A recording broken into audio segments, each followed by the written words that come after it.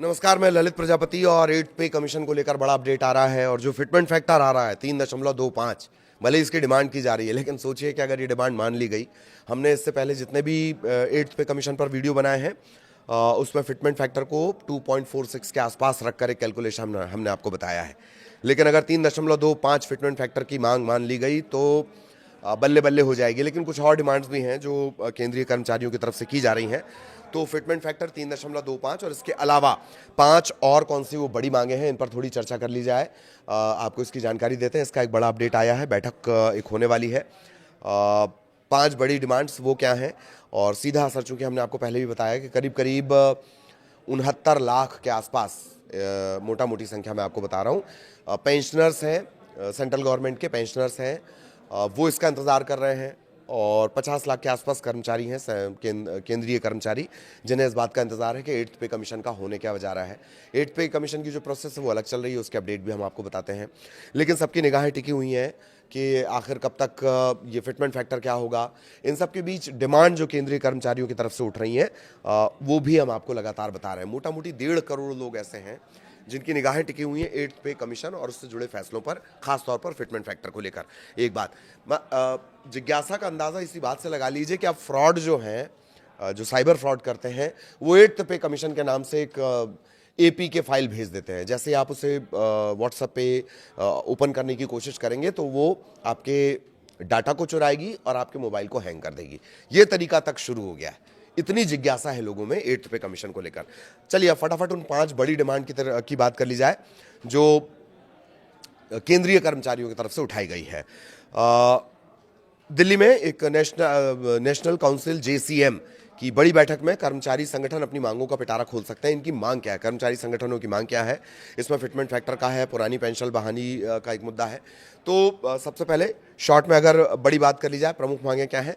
एक, fitment factor में वृद्धि की जाए, सालाना इंक्रीमेंट में बढ़ोतरी की जाए, फिक्स्ड मेडिकल अलाउंस दिया जाए और फैमिली यूनिट का विस्तार किया जाए। मतलब 3 की आप फैमिली मान रहे हैं, उसे 5 की मान लीजिए। इसको मैं अभी विस्तार से भी बताऊंगा आपको। इसके अलावा लीव इनकैशमेंट की जो सीमा है उसे बढ़ाए जाने की डिमांड की जा रही है, बार बार की जा रही है। और पुरानी पेंशन योजना, OPS, ओल्ड पेंशन स्कीम जिसे आप कहते हैं, उसकी बहाली की मांग की जा रही है। मोटा मोटी ये बड़ी डिमांड्स हैं। एक एक करके जान लेते हैं। तो सैलरी में बम्पर उछाल की तैयारी है, क्योंकि जिस तरह की डिमांड्स आ रही हैं, अगर फिटमेंट फैक्टर की मांग पूरी हो जाती है तो ये हो जाएगा 3.35 का प्रस्ताव है। एक्सपर्ट का कहना है कि अगर सरकार 3.35 का फिटमेंट फैक्टर मान लेती है तो कर्मचारियों की बेसिक सैलरी में ही जबरदस्त, बहुत जबरदस्त इजाफा होगा। इससे पहले हमने आपको 1.46, 2.46, 1.58 इसके हिसाब से कैलकुलेशन बताए हैं। लेकिन अगर 3.55 फिटमेंट फैक्टर चला गया तो ये बम्पर उछाल हो जाएगा सैलरी में। सालाना इंक्रीमेंट की डिमांड भी की जा रही है। मतलब 8th पे कमीशन शुरू हो जाएगा, DA जो बढ़ता है वो शुरू हो जाएगा, लेकिन सालाना इंक्रीमेंट की मांग की जा रही है। सालाना जो इंक्रीमेंट की दर हो वो 3% से बढ़ाकर 7% कर दी जाए, यानी 5% का इजाफा इसमें केंद्रीय कर्मचारी चाहते हैं। अभी 3% के हिसाब से सालाना रहता है, वो चाह रहे हैं कि इसे 7% कर दिया जाए। तो अगर सरकार 5 पर भी आती है, कोई नेगोशिएशन भी होता है, तो भी केंद्रीय कर्मचारियों की बल्ले बल्ले होनी है। फैमिली यूनिट एक बड़ी मांग है और ये लंबे अरसे से की जा रही है। वर्तमान में फैमिली यूनिट को 3 माना जाता है और सुझाव ये दिए गए कि अब इसे 3 की जगह, इस यूनिट को 3 की जगह 5 माना जाए। अगर इसे मान लिया जाता है तो बढ़ती महंगाई के बीच कर्मचारियों को बड़ी राहत मिलेगी। और अगर ये 3 की यूनिट 5 को यूनिट कंसिडर कर लिया जाता है फैमिली यूनिट को, तो करीब करीब 66% की बम्पर वृद्धि वेतन में होगी। OPS, हालांकि ओल्ड पेंशन स्कीम को लेकर बहुत सारे प्रदर्शन हुए, बहुत सारी बातें की गई, वापसी की बातें की गई। कई जो सरकारें हैं, विपक्ष की जो सरकारें हैं दूसरे दलों की, उन्होंने इस तरह की कोशिश की, पर यह कामयाब दरअसल हो नहीं पाया है। लेकिन मांग की जा रही है कि ओल्ड पेंशन स्कीम को, पुरानी पेंशन योजना को बहाल कर दिया जाए। लीव इनकैशमेंट एक जो बड़ा मसला है, लीव इनकैशमेंट को लेकर भी बात कही जा रही है। CGHS जो सुझाव और डिमांड्स है उसमें ये लीव इनकैशमेंट को 300 दिन से बढ़ाकर 400 दिन किए जाने की डिमांड है। और फिक्स मेडिकल अलाउंस 1,000 रुपये से सीधे 20,000 रुपये प्रति माह करने की मांग भी चार्टर में शामिल हो सकती है। ये डिमांड्स हैं केंद्रीय कर्मचारियों की तरफ से जो की जा रही है। अगर इनमें से 5 बड़ी डिमांड मैं आपको बता रहा हूँ, अगर इनमें से 2 या 3 पर भी कोई हल्की सी भी अगर सहमति बनती है तो सैलरी में बम्पर इजाफा हो जाएगा। प्रमोशन की मांग की जा सकती है। 30 साल की सेवा में कम से कम 5 गारंटीड प्रमोशन दिए जाएं। लीव, ट्रैवल, कैंसेशन को कैश के रूप में दिए जाने की सुविधा की भी बात की जा रही है। और डीए को लेकर हमने आपको बताया है कि डीए होली से पहले ऐसा माना जा रहा था। अब तो हालांकि अब तो वो सवाल ही नहीं रहा, होली कब है होली। मीम्स नहीं देखते हैं आप? मीम्स में बोलते हैं ना, होली कब है होली। तो बहुत कम दिन रह गए हैं। तो ये कहा जा रहा था कि होली से पहले एक सौगात मिल सकती है, काहे कि डीए की मिल सकती है। जैसे ही 8th पे कमीशन ऑन ग्राउंड आएगा तो जो पिछला पे कमीशन है 7th पे कमीशन उसे शून्य कर दिया गया है। और तब 58% डीए था, महंगाई भत्ता और महंगाई राहत। महंगाई राहत किसके लिए बोलते हैं? महंगाई राहत बोलते हैं पेंशनर्स के लिए। महंगाई भत्ता किसके लिए बोलते हैं? कर्मचारियों के लिए।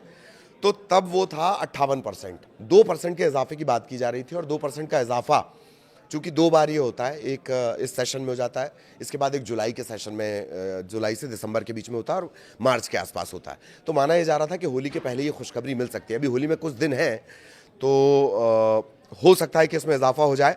58 से बढ़कर ही 60% हो सकता है। 7th पे कमीशन के लागू होते होते मतलब उसे जीरो किए जाने से पहले, उसे बंद खत्म किए जाने से पहले तक 58% का डीए हो चुका था। 2% की सभी को उम्मीद है 2% का इसमें इजाफा होगा।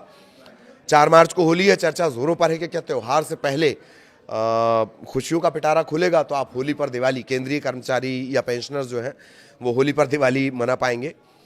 तो 5 सालों का जो डीए रिवीजन का ट्रेंड है और डीए में जो बढ़ोतरी हुई है, तो मोटा मोटी ये माना जा रहा है कि 58% जो महंगाई भत्ता था वो 60% के आसपास हो सकता है। एक बात और, इस बीच एक जो बड़ा अपडेट आया है, दिसंबर 2025 के लिए all India consumer price index AICPI ये 148.2 पर रहा है। ये जो AICPI होता है, यही फैक्टर इंपॉर्टेंट होता है महंगाई भत्ता बढ़ाने के लिए। ये 148.2 रहा है, कब का? दिसंबर 2025 का। तो अगर 2% इजाफा होता है तो 58 से पढ़कर 60% पहुंच जाएगा। तो उम्मीद है कि होली से पहले इसका ऐलान होगा। 5 सालों का रिकॉर्ड देखें तो होली के शुरुआत, जब भी होली मार्च के शुरुआती दिनों में पड़ी है, सरकार ने इसका ऐलान त्यौहार के बाद ही किया है। तो देखते हैं वो ट्रेंड टूटता है, होली एकदम दिवाली टाइप की होती है, नहीं होती है। पर ये ईपीएफओ से जुड़े बड़े अपडेट हमने आप तक पहुंचा दिए हैं। आगे भी ईपीएफओ से जुड़ा अपडेट आप तक पहुंचाएंगे। नमस्कार। 4 मार्च को होली है। चर्चा जोरों पर है कि क्या त्यौहार से पहले खुशियों का पिटारा खुलेगा तो आप होली पर दिवाली, केंद्रीय कर्मचारी या पेंशनर्स जो हैं वो होली पर दिवाली मना पाएंगे।